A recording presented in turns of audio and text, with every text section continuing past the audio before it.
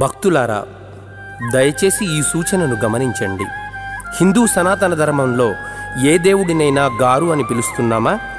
ఆంజనేయ స్వామి అంటున్నాం కానీ ఆంజనేయ గారు అంటున్నామా? వెంకటేశ్వర స్వామి అంటున్నాం కానీ వెంకటేశ్వర గారు అంటున్నామా? మరి సాక్షాత్తు భగవత్ స్వరూపుడైన శ్రీ వీరబ్రహ్మేంద్ర స్వామి వారిని బ్రహ్మం గారు అని ఎందుకు అంటున్నాం? అయ్యప్ప స్వామి మాల, ఆంజనేయ స్వామి మాల వేసుకున్న సాధారణ మనిషిని సైతం స్వామి అని పిలుస్తూ వారిలో భగవంతుణ్ణి చూస్తున్నాం కదా మనం. సాధారణంగా ఒక వ్యక్తిని పిలిచేటప్పుడు గౌరవ సూచికంగా వారి పేరు చివర గారు చేరుస్తాం.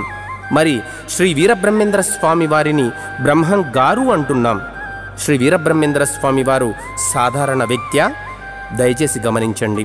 ఇటువంటి పరిస్థితుల్లో మనం బ్రహ్మం గారు, బ్రహ్మం గారి మఠం, బి మఠం అని కాకుండా బ్రహ్మేంద్ర స్వామి మఠం అని పలుకుదాం.